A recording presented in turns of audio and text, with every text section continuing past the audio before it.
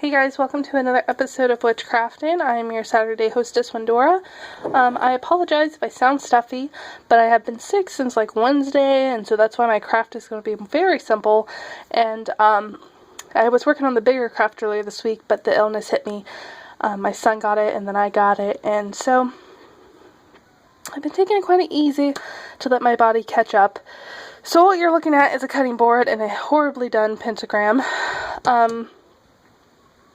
I always fuck up pentacle and pentagram. You would think after being a witch for many years that I would get that right by now, but that's just like left and right. I still don't get that correct without doing the finger thing.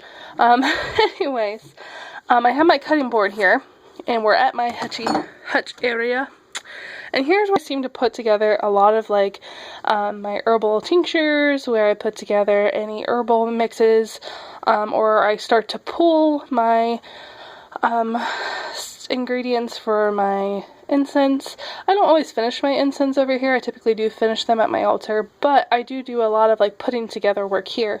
Like this is what I call in my spell bowl that I like to work spells in, which still needs cleaned out. But what I like to do is when I'm over here, I'll sit it on my cutting board, and the nice thing is now I've drawn my pentagram, pentacle, whichever one. You guys can correct me in the comments. I'm sure someone would love to.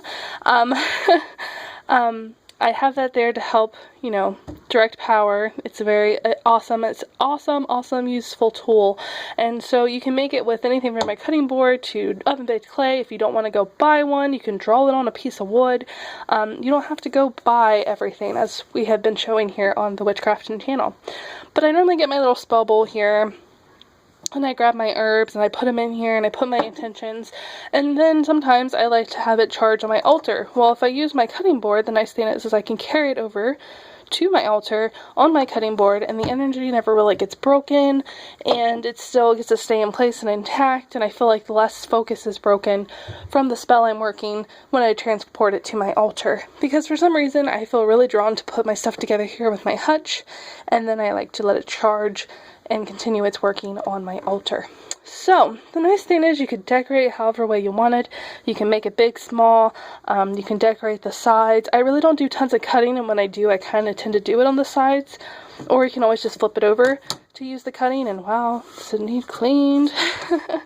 So it's really your call. You can put runes, protection runes on here. You can put symbols of your, something that symbolizes you, something that symbolizes your deity, to help connect that power to whatever magical doing you are doing.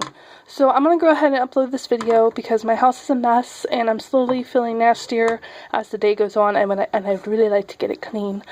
So I appreciate your patience with my videos here lately. I got my phone working at the moment, so I hope you enjoy this craft and you find it useful, and I will see you out the next one. And as always, peace, love, and light.